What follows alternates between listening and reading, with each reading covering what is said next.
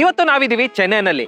ರಾಪ್ಟಿ HV R&D ಮತ್ತೆ complete production unit ಇಲ್ಲೇ ಇದೆ. ರಾಪ್ಟಿ T30 ಹೇಗೆ ಮ್ಯಾನುಫ್ಯಾಕ್ಚರ್ ಆಗುತ್ತೆ, R&D ಹೇಗಾಗುತ್ತೆ ಅಂತ ನೋಡೋಣ ಬನ್ನಿ. ಸೊ ಒಳಗಡೆ ಬಂದ ತಕ್ಷಣ ರಿಸೆಪ್ಷನ್ ಏರಿಯಾ ಇದೆ. ಇದ್ರ ಬ್ಯಾಕ್ ಸೈಡ್ ಅಲ್ಲಿ R&D ಟೀಮ್ ಎಲ್ಲ ಕುತ್ಕೊಂಡಿದ್ದಾರೆ. ಸೊ ಡಿಸೈನಿಂಗ್ ಇಂದ ಹಿಡಿದು ಕಂಪ್ಲೀಟ್ ರಿಸರ್ಚ್ ಅಂಡ್ ಡೆವಲಪ್ಮೆಂಟ್ ಎಲ್ಲದನ್ನು ಕೂಡ ಮಾಡ್ತಾರೆ. ತುಂಬಾ ಪ್ರೋಟೋಟೈಪ್ಸ್ ಇಟ್ಕೊಂಡಿದ್ದಾರೆ. ಅವೆಲ್ಲ ಅವ್ರಿಗೆ ಇನ್ಸ್ಪಿರೇಷನಲ್ ಅಂತಾನೆ ಹೇಳ್ಕೋಬಹುದು. ಇದೇನೆ ಬ್ಯಾಟರಿ ಅಸೆಂಬ್ಲಿ ಲೈನಪ್. ಇಲ್ಲೇನೆ ಬ್ಯಾಟರಿನ ಅಸೆಂಬಲ್ ಮಾಡಿ, ಟೆಸ್ಟ್ ಮಾಡಿ, ಹೈ ಡ್ಯೂರಬಿಲಿಟಿ ಟೆಸ್ಟ್ ಕೂಡ ಮಾಡಿ, ವೋಲ್ಟೇಜ್ ಟೆಸ್ಟ್ ಕೂಡ ಮಾಡಿ ಪ್ರೊಡಕ್ಷನ್ ಗೆ ಕಳಿಸ್ತಾರೆ. ರಾಪ್ಟಿದು ಇನ್ವೆಂಟರಿ ವೇರ್ ಹೌಸ್ ಇಲ್ಲೇ ಇದೆ. ಪ್ರತಿಯೊಂದು ಪಾರ್ಟ್ಸ್ ಸೋರ್ಸಿಂಗ್ ಇಲ್ಲಿಂದಾನೆ ಹೋಗುತ್ತೆ. ವೇರ್ ಹೌಸ್ ಇಂದ ಪಾರ್ಟ್ಸ್ ಎಲ್ಲ ಬಂದ ಮೇಲೆ ಇದು ಪ್ರೊಡಕ್ಷನ್ ಲೈನ್ ಗೆ ಹೋಗುತ್ತೆ.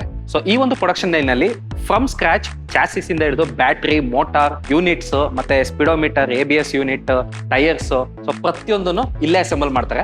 ಅದೆಲ್ಲ ಅಸೆಂಬಲ್ ಮಾಡಾದ್ಮೇಲೆ ಡೈನೋ ಟೆಸ್ಟಿಂಗ್ ಮಾಡಿ, ಪೇಂಟ್ ಟೆಸ್ಟಿಂಗ್ ಮಾಡಿ, ಫಿಟ್ಟಿಂಗ್ ಟೆಸ್ಟ್ ಎಲ್ಲದನ್ನು ಮಾಡಿ ಪ್ರೊಡಕ್ಷನ್ ಗೆ ಕಳಿಸ್ತಾರೆ.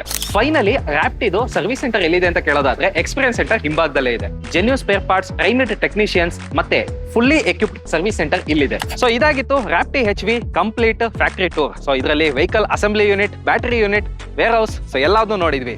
ಸೊ ಇದೇ ರೀತಿಯ ರಾಪ್ಟಿ HV ಅಪ್ಡೇಟ್ಸ್ಗೋಸ್ಕರ ಕನ್ನಡ ವೀಲರ್ಸ್ ಇನ್ಸ್ಟಾಗ್ರಾಮ್ ಪೇಜ್ ನ ಫಾಲೋ ಮಾಡಿ ಹಾಗೂ ಯೂಟ್ಯೂಬ್ ಚಾನಲ್ ನ ಸಬ್ಸ್ಕ್ರೈಬ್ ಮಾಡ್ಕೊಳ್ಳಿ.